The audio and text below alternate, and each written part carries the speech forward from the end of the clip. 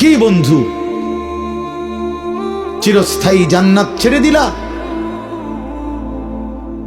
জাহান্নামের জন্য সিদ্ধান্ত নিয়েই নিলা। এই নারী, এই ছবি, এই উলঙ্গ দৃশ্য, এই জিনা, এই ব্যভিচার, খোদার কসম ধীরে ধীরে তোমার জাহান্নামের দিকেই নিয়ে যাবে। নুআল্লিহি মা তাওয়াল্লা ওয়া নুসলিহি জাহান্নাম।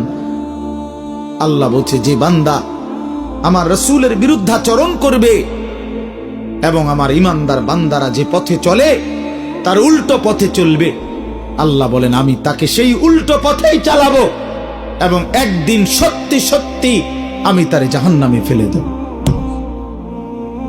খোদার কসম, এটা কোরআন শরীফের আয়াত।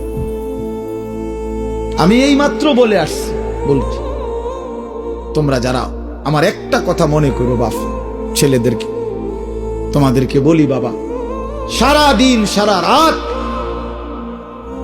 মোবাইলে নারী দেখো, ছবি দেখো, নাচ গান, এক ওয়াক্ত নামাজ যারা পড়ো না, কোনোদিন যারা ফজরের নামাজ পড়ো না, হালাল হারামের কোনো পার্থক্য নাই, কিন্তু কেউ তোমারে ফিরায় না। তোমার মা, তোমার বাবা, তোমার পাড়া, তোমার মহল্লা, তোমার দেশবাসী, কেউ তোমারে নিয়ে একটু ভাবে না, কেউ তোমার একটু ফিরায় না। একটা বার বলে না যে এই বাবা তুই কোন রাস্তায় যাচ্ছিস, কিরে তুই মুসলমানের ঘরে জন্ম নিয়ে এত নষ্ট হয়ে যাচ্ছিস কেন? যাকে কেউ ফিরায় না, কেউ বলে না, কেন বাপ? একটা বার, একটা ছেলে শুধু তুমি আমার কথা ভাইবো যে কেউ তোমারে ডাকে না কেন? 365 দিনে, খোদার একটা বছরে কোনোদিন ফজরের নামাজ পড়লা না, অথচ কেউ তোমার একটু বলেও না কিরে বাবা তুই মুসলমানের ঘরে জন্ম নিয়ে ফজরের নামাজ পড়স না কেন? সারাদিন রাত তুমি মোবাইলের মধ্যে নারী নিয়ে, ছবি নিয়ে পড়ে থাকো, কিন্তু আপন মা বাবা, আত্মীয় স্বজন, পাড়া পড়োশি কেউ তোমারে ফিরাইবার জন্য একটু ডাকেও না, বলেও না। এমন হয়ে গেল কেন তোমার জীবনটা? কেউ তোমারে বাঁচাইতে চায় না কেন? মনে রাখো বাপ, মূল কারণ একটাই, তোমার উপরে আল্লাহর লানত পড়ছে, খোদার লানত, খোদার গজব পড়ছে তোর উপরে। এই জন্য আল্লাহর লানত পড়ে যার উপরে, তার থেকে গোটা সৃষ্টি মুখ ফিরায় নেয়। এটা মুখ ফিরায় নেয়, এটা জরুরি বিষয়, মুখ ফিরিয়ে নেয়। আমার মার বয়স এই মাত্র বললাম, আমার মা, আমি বললাম কিছুই বুঝে না, কিন্তু সেই মা আমার এখনো মনে আছে। একটা আশ্চর্য বিষয় হলো 75 বছরের কম হবে না আমার বয়স।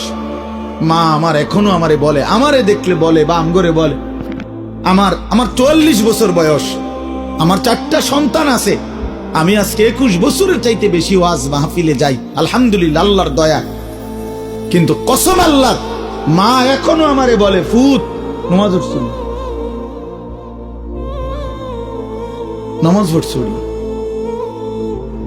আমারে সব সময় বলে, মা ফুত চাইও, মানুষের কত আনে মাহফিলে যাও, মানুষের লোকে চাইও, টাকা পয়সা লইয়া ঝামেলা করো না। কতবার যে কইছে এই কথা, এটা মা আমারে আমার জীবনে। কিরে বেটা, আমার 75 বছরের মা তো, আমি 44 বছরের ছেলে, আমি আমারে আজও ডাকে, তোরে কেন ডাকে না? তোর উপরে কোন খোদার লানত পড়ছে বেটা?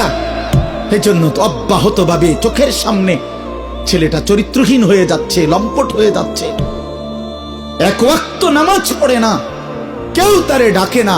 আহা, কেন এমন হয়ে গেল বাপ? তুমি এত বড় বঞ্চিত হইলা কেন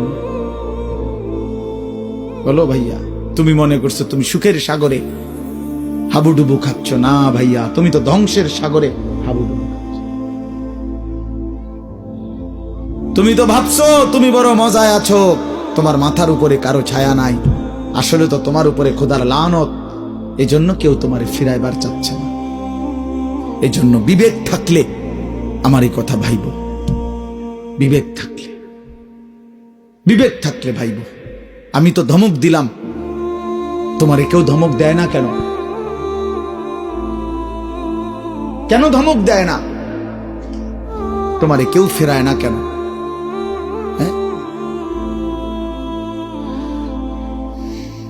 এই জন্য দোস্ত, দয়া করে এটা ভাবা উচিত, আমরা ইনসাফের সাথে আমাদের এটা ভাবা উচিত। আমরা যদি এটা ভাবি, আমাদের জীবন সুন্দর হবে। এই কথাটাই আমি শুরু করছিলাম। আল কাইয়িসু মান দানা নাফসাহু, নবীজি বলছেন সে বুদ্ধিমান যে নিজের হিসাব করে, ওয়া আমিলা লিমা বাদাল মাউত, এবং মৃত্যু পরবর্তীর জন্য আমল করে। সেভাবে আমি কে, আমারে কে বানাইলো, আমি আসলাম কোত্থেকে, কেন বানাইলো, আত্ম উপলব্ধি, নিজের বিবেক, নিজের জাগা, আসলে আমি কে, আমি মানুষ না জানোয়ার, এতটুকু বুঝ বুদ্ধি আকল দিমাগ যদি দোস্ত আমার না থাকে, আমি মানুষ হলাম কিভাবে, মুসলমান হলাম কি? মাসালুল লাযী ইয়াযকুরু রাব্বাহু ওয়াল্লাযী লা ইয়াযকুরু রাব্বাহু মাসালুল হাইয়্যি ওয়াল মাইয়্যিত। নবীজি বলছেন যে আল্লাহকে স্মরণ করে আর যে করে না, এই দুইজনের মধ্যে উদাহরণ হলো একজন জীবিত, একজন মৃত।